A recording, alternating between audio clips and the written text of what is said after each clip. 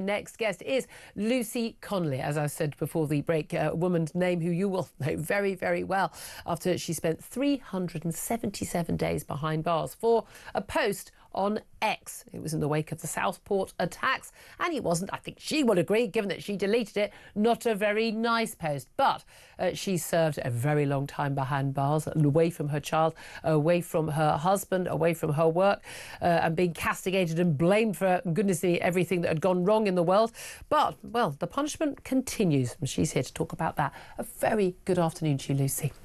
Afternoon, Julia. Thank you very much indeed for joining us. Look, I'm going to recap Pleasure. just briefly. We have to do that. What it was you actually wrote on the day about about the Southport attacks, and you, of course, had very tragically lost your own child at first child at a very young age, and you really felt for those parents who had lost their children on that day.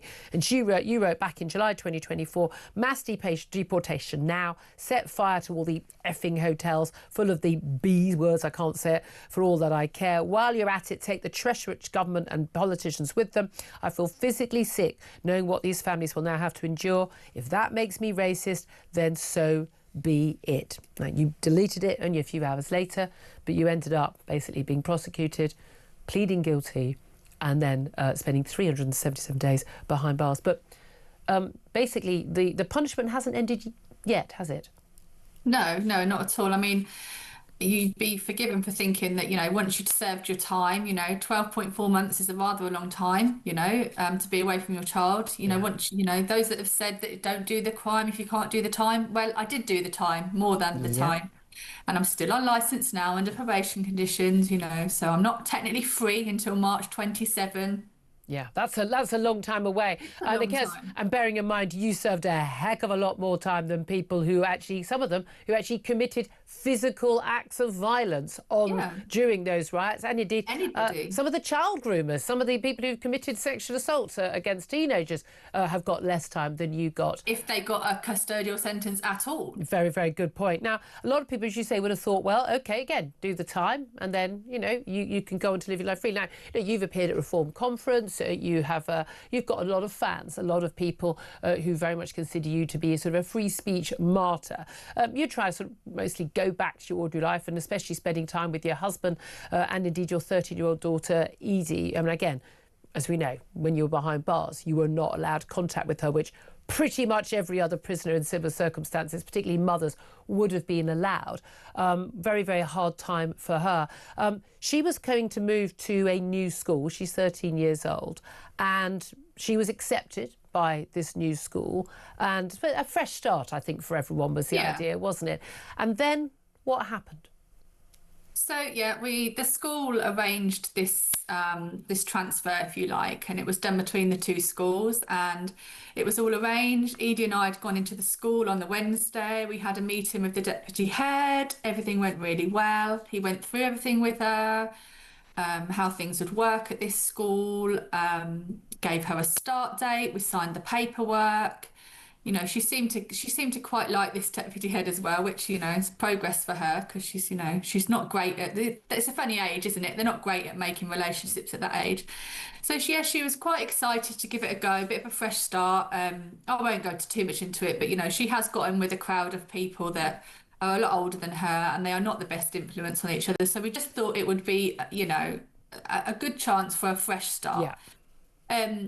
I'd like to add that her current school have been great. They are in no way at fault here in any way, shape, or form. The whole family has been through a horrible time. Look, the impact on children when their parents, particularly their mum, is sent to prison and doesn't have, you're not allowed any face-to-face contact, any home visits. Very, very, very difficult. So you had this place at the school. She's positive about it. Good, new, fresh start. Then what happened? Yeah.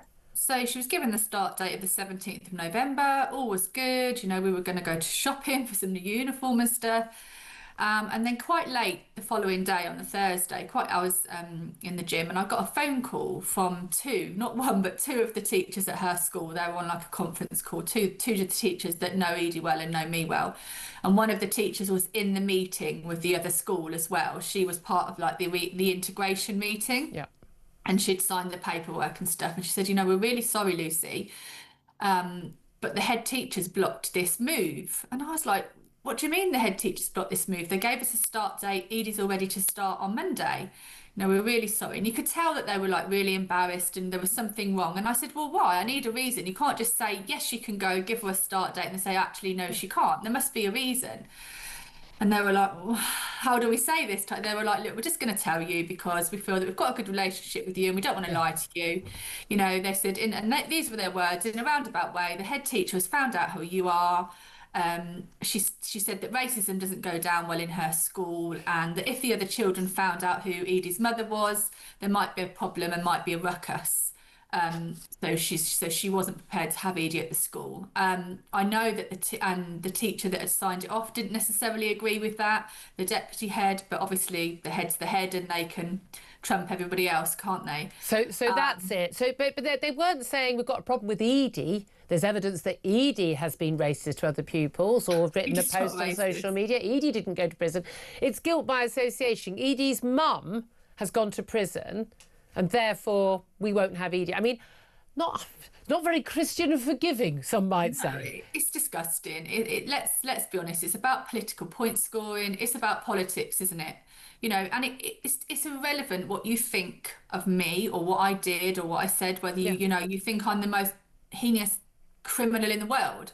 The fact is, you like you said, you're not guilty by association. You can't discriminate against a child because of something their parents have done or their mother's done. Well, it's what happened in the Soviet Union, and then the whole family was sent to the Gulag. It's what happens today, right now, in North Korea. I mean, you know, if one member of the family transgresses, everybody, every generation before and above, extended family are sent to the prison camps. It's just an extraordinary way you punish the whole family for the deeds of one. Yeah, and you know, schools have very clear laws, inclusion laws and policies, and discrimination laws and policies, and human rights policies, and all of these things. They're not exempt from them.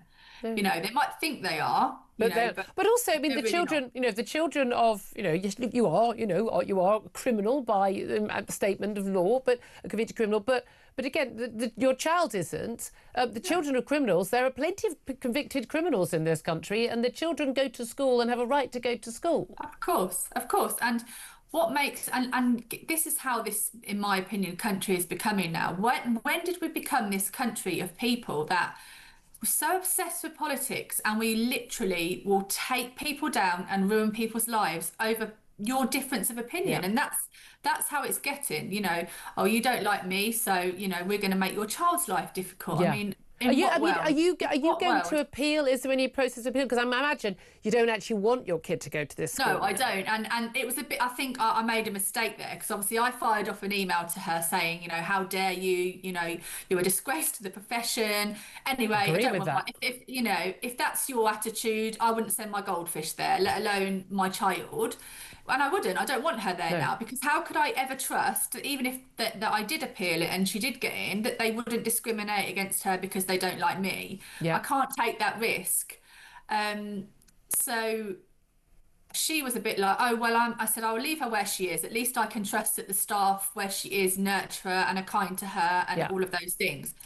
She said, well, I'm glad we agree. I'm glad we agree that her current school is the best place for her. You know, she kind of like turned it around on me as if to say, well, that's my get out clause, because you've just told me, oh, I don't want the space now. But I didn't want the space because of her attitude towards me and my child. I'm amazed she was actually a woman enough to take the phone call, but there we are. But it is extraordinary. An email. Oh, there we are. But this is the thing. It's again, you've already been punished for the crime that you pleaded guilty to.